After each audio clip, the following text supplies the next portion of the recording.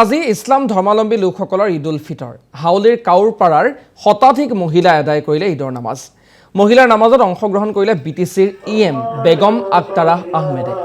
নামাজৰ অন্তত ৰাজ্যবাসীক ঈদৰ শুভেচ্ছা যাচিলে ইএম গৰাকীয়ে।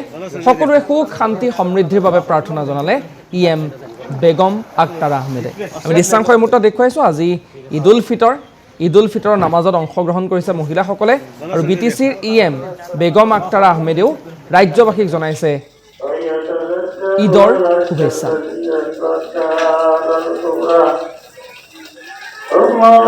আসসালামুআলাইকুম ওয়া বাৰাকাতুহু।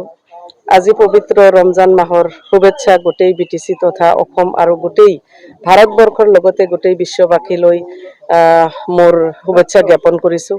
মহান ৰাব্বুল আলামিন আৰু হজৰত মুহাম্মদ সাল্লাল্লাহু আলাইহি সাল্লাম আমি তেওঁৰ উম্মত আৰু আমি মুছলিম ধৰ্মৰ মানুহ আজি গোটেই বিশ্বত সকলো মুছলিম ধৰ্মাৱলম্বী মানুহে আজি সমূহীয়াভাৱে ঈদ উল ফিতৰৰ নামাজ আদায় কৰিছে। ময়ো তাৰ ব্যতিক্ৰম নহয়।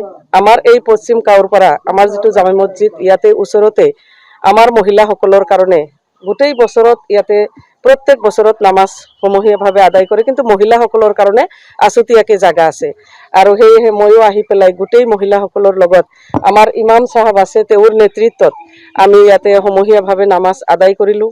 আমি পৰ্দাৰ অন্তৰালত থাকি পেলাই মহিলাসকলে একত্ৰিত হৈ পেলাই আমি নামাজ আদায় কৰিলোঁ।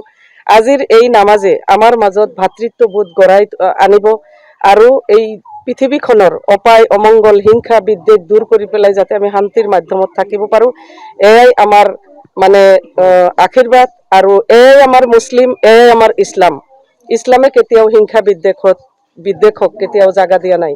গতিকে আমি শান্তি কামনা কৰোঁ। পৃথিৱীৰ সকলো সম্প্ৰদায়ৰ মাজত সমিল মিলেৰে আমি শান্তিৰ মাধ্যমেৰে যাতে আমি বৰ্তি থাকিব পাৰোঁ গোটেই বছৰটো, তাৰেই আজি ইয়াতে সমূহীয়াভাৱে দোৱা কৰা হৈছে।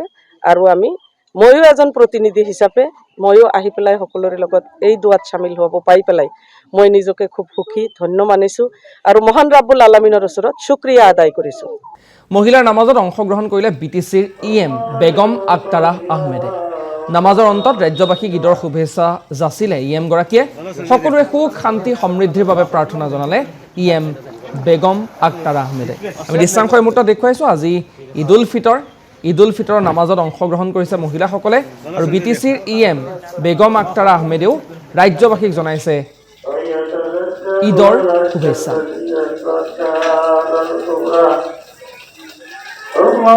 আসসালামুআলাইকুম ওয়া বাৰাকাতুহু।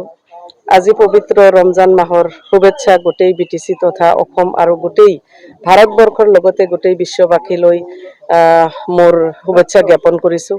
মহান ৰাব্বুল আলামিন আৰু হজৰত মুহাম্মদ সাল্লাল্লাহু আলাইহি সাল্লাম আমি তেওঁৰ উম্মত আৰু আমি মুছলিম ধৰ্মৰ মানুহ আজি গোটেই বিশ্বত সকলো মুছলিম ধৰ্মাৱলম্বী মানুহে আজি সমূহীয়াভাৱে ঈদ উল ফিতৰৰ নামাজ আদায় কৰিছে।